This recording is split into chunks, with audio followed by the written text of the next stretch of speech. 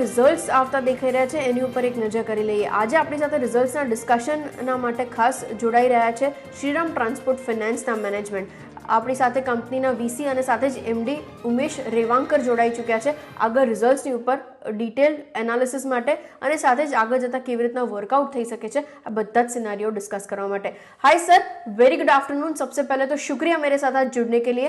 शुरुआत इसी से करना चाह रही थी, ये क्वार्टर कैसा रहा, कुछ डिटेल्स अगर आप मुझे प्रोवाइड कर पाएं, क्योंकि हम लोग जो नंबर्स देख रहे हैं ईयूएम ग्रोथ काफ़ी बेटर पैरामीटर्स के ऊपर है, तकरीबन 10 to 11 क्वार्टर के हाइस के ऊपर देख रहे हैं और जो हम लोग परफॉर्मेंस देख रहे हैं वहां पे भी थोड़ा बहुत इंप्रूवमेंट दिख रहा है.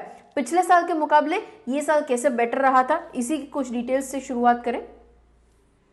Thank you. हमारा बिजनेस Q3 में डिसबर्समेंट अच्छा हुआ, लेंडिंग अच्छा था, कलेक्शन बहुत अच्छा था, 101% कलेक्शन हो गया ये क्वार्टर में. तो हमारा AUM 8.41% बढ़ गया है at 1,24 lakhs and net interest income 2,388 crores against 2,148, 11% बढ़ गया है. तो ये दोनों एक अच्छा इंप्रूवमेंट है.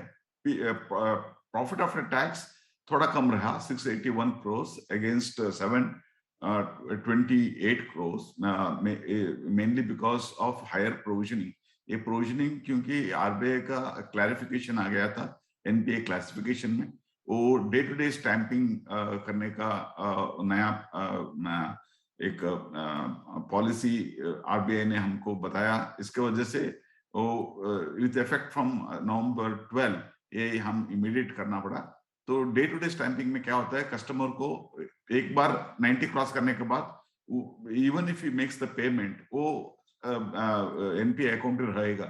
इसकी वजह से थोड़ा एनपीए बढ़ गया है. और मेरे ख्याल से एक बार कस्टमर को हम प्रॉपर एजुकेशन देने के बाद ये NPA levels specially stage 3 levels कम हो जाएगा. Okay, agreed sir. अच्छा, मतलब नेक्स्ट 1 to 2 क्वार्टर्स के दौरान हम लोग एसेट वापस सिमिलर लेवल्स पे आते हुए देख पाएंगे, अगर मैं ठीक समझ रही हूँ तो. बता रहा है दो एक क्वार्टर में मेरे ख्याल से फर्स्ट एक Q4 में एज ऑफ नो मार्केट अच्छा है, रिकवरी अच्छा है, कलेक्शन भी अच्छा है. मुझे लगता है कि बाय क्वार्टर एंड हम ओरिजिनल लेवल पहुंच जाएंगे, less than 8%. Okay, agreed sir. अच्छा, डिसबर्सल्स के ऊपर मैं आपकी एक कमेंट चाह रही थी, क्योंकि स्ट्रॉन्ग मोमेंटम वहां से कंटिन्यू हो रहा है, लेकिन उतना ही ग्रोथ मोमेंटम हम लोग ईयूएम टर्म्स में आते हुए नहीं देख रहे. इसकी क्या वजह है, कुछ डिटेल्स अगर इसके लिहाज से आप मुझे दे पाएं. तक आप लास्ट 1 ईयर में एक्चुअली स्मॉल कमर्शियल व्हीकल का डिमांड ज्यादा था और हेवी व्हीकल का डिमांड अभी तक पिकअप नहीं हुआ था. लेकिन लास्ट क्वार्टर में पहले बार हेवी कमर्शियल व्हीकल का डिमांड बढ़ गया है. गवर्नमेंट का इंफ्रास्ट्रक्चर स्पेंड में सीमेंट और स्टील मूवमेंट के लिए और स्पेशली कंस्ट्रक्शन एक्टिविटी के लिए बड़ा व्हीकल का और टिप्पर का डिमांड अभी बढ़ गया है. मुझे लगता है कि इसकी वजह से अभी AUM ग्रोथ आ जाएगा. बड़ा टिकट लेंडिंग करने से AUM थोड़ा जल्दी बढ़ जाता है. तो मेरा ख्याल से फोर्थ क्वार्टर के बाद डेफिनेटली ग्रोथ थोड़ा फास्टर देखने के लिए मिलेगा. ओके. और सीवी बुक जिस तरीके से अगर मैं देख रही हूँ प्रॉपर पैटर्न्स में, तो ये कॉन्जिक्यूटिव सेकेंड या थर्ड क्वार्टर है जहाँ पे हम लोग ये डिक्लाइन कंटिन्यू होते हुए देख रहे हैं. कब तक ये थोड़ा स्टेबलाइज होता हुआ आप देख रहे हैं, कितने क्वार्टर्स देख रहे हैं आप थोड़ा नॉर्मलाइजेशन वापस आने के लिए? नहीं, अभी ये व्हीकल सेल्स आप देखें तो Q1Q there is an improvement. अभी फर्स्ट क्वार्टर में थोड़ा सेल्स कम हो गया था क्योंकि वेव 2 कोविड वेव 2 अप्रैल मई में थोड़ा चैलेंजेस आ गया था. उसके बाद there is an good improvement.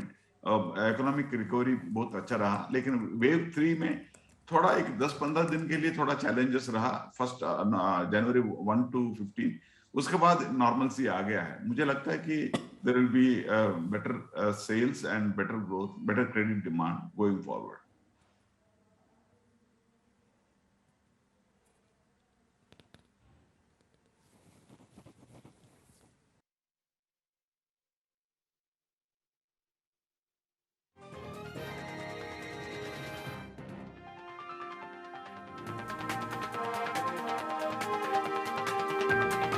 Sir. अच्छा, इसके अलावा एक और चीज़ जो मैं समझना चाह रही थी, in terms of next Q4 पूरा कैसा दिख सकता है, इसके ऊपर एक आइडिया, क्योंकि जिस तरीके से हम लोग ग्रोथ मोमेंटम आगे बढ़ते हुए देख रहे हैं, आपने जो कमेंट्स दी वो भी थोड़ी पॉजिटिव टर्न आउट हो रही है। अब यहाँ से कैसी ट्रैजेक्टरी रहेगी, बाकी के पैरामीटर्स के ऊपर एक आइडिया अगर आप मुझे दे पाएँ।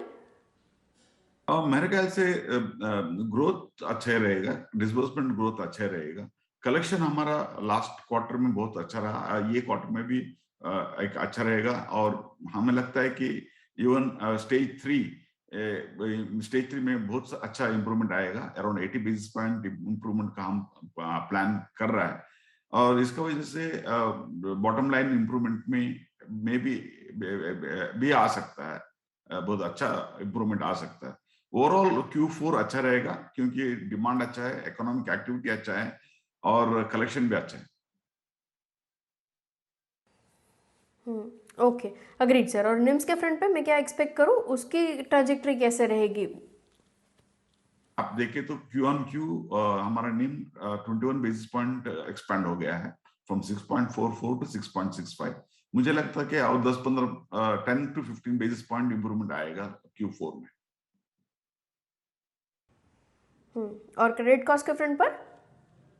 कॉस्ट अभी क्रेडिट कॉस्ट एक हमारा एक 10 ईयर का आप हिस्ट्री देखे तो इट्स अराउंड 10% है क्रेडिट कॉस्ट।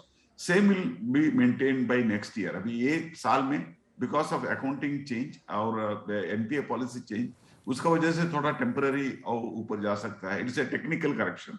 लेकिन मेरे ख्याल से 2 क्वार्टर के अंदर वो वापस हम अराउंड 2% को देखने के लिए मिलेगा। Okay, agreed sir. अच्छा, एक मर्जर के ऊपर मैं अपडेट समझना चाह रही थी, कब तक चीज़ें हम लोग थोड़ी वापस पेसअप होते हुए देख पाएंगे? एक आइडिया अगर आप मुझे दे पाएं, कब तक कंप्लीट हो जाएगा? अंदाज है कि बाई अक्टूबर नवंबर हो जाना चाहिए। हम 10 मंथ्स का एक अंदाज लेके जा रहा है। हमने सब रेगुलेटर को ये मर्जर का प्रपोजल हमने रेगुलेटर को अप्रूवल के लिए भेज दिया है। और एक बार सभी का अप्रूवल आने के बाद हम बाद में एनसीएलटी जाएंगे। So total plan is 10 months. So by October end और November we should be able to complete it.